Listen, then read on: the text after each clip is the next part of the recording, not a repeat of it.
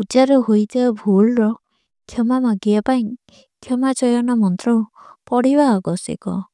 ଦେବୀ ଦେବତାଙ୍କ ପୂଜାରେ ମନ୍ତ୍ରର ବିଶେଷ ମହତ୍ଵ ଅଛି।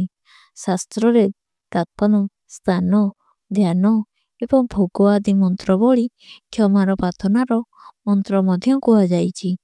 ପୂଜା ଭଗବାନଙ୍କର ଆରାଧନାର ଏକ ବିଧାନ ଅଟେ।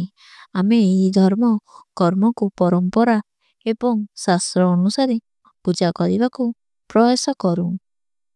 ଏହି କ୍ଷମା ପୂଜାରେ ହୋଇଥିବା ଭୁଲ ପାଇଁ ଏବଂ ପ୍ରତ୍ୟେକ ଦିନ ଜୀବନରେ କରୁଥିବା ଭୁଲ କର୍ମ ପାଇଁ ମଧ୍ୟ ହୋଇଥାଏ।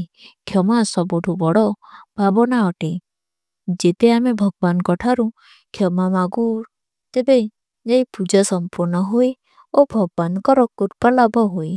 କ୍ଷମାର ଏହି ଭାବନା ଆମ ଭିତରେ ଥିବା ଅହଂଭାବକୁ ଅହଙ୍କାରକୁ ନଷ୍ଟ କରେ। ଅହଙ୍କାର ତ୍ୟାଗ କରି ନିଜ ଭୁଲର କ୍ଷମା ମାଗିବାରେ ଡେରି କରିବା କଥା ନୁହେଁ। ଏହା ଏହି ପରମ୍ପରା ମୂଳ ମନ୍ତ୍ର ଅଟେ। ପୂଜାରେ ଭଗବାନଙ୍କୁ କ୍ଷମା ମାଗିବା ପାଇଁ ବୋଲାଯାଏ ଏହି ମନ୍ତ୍ର।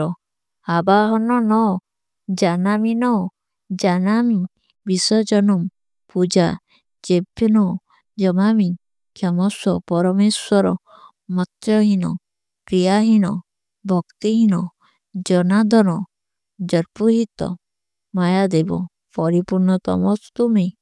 ଏହି ମନ୍ତ୍ରର ଅର୍ଥ ଏହା ଅଟେ କି ହେ ପ୍ରଭୁ, ନା ମୁଁ ତୁମକୁ ଡାକିବା ଜାଣିଛି ନା ବିଦା କରିବା ପୂଜା କରିବା ମଧ୍ୟ ଜାଣି ନାହିଁ। କୃପା କରି ମୋତେ କ୍ଷମା କରିବେ। ନା ତ ମୁଁ ମନ୍ତ୍ର ଜାଣିଛି ନା କର୍ମ। ମୁଁ ଭକ୍ତି ଜାଣିବା ବି ଜାଣିନାହିଁ। ଯଥାସମ୍ଭବ ପୂଜା କରୁଛି। ପୂଜା କରି ଭୁଲରେ ଥିବା କ୍ଷମା କରି ଏହି ପୂଜାର ପୁଣ୍ୟ ଫଳ ପ୍ରଦାନ କରନ୍ତୁ। କ୍ଷମା ମନ୍ତ୍ର ପଢ଼ିବାର ଅର୍ଥ ଏହା କି ଭଗବାନ ତ ସବୁଠି ବିଦ୍ୟମାନ, ନା ତାଙ୍କୁ ଆମନ୍ତ୍ରିତ କରିବାର ଦରକାର ନା ବିଦା।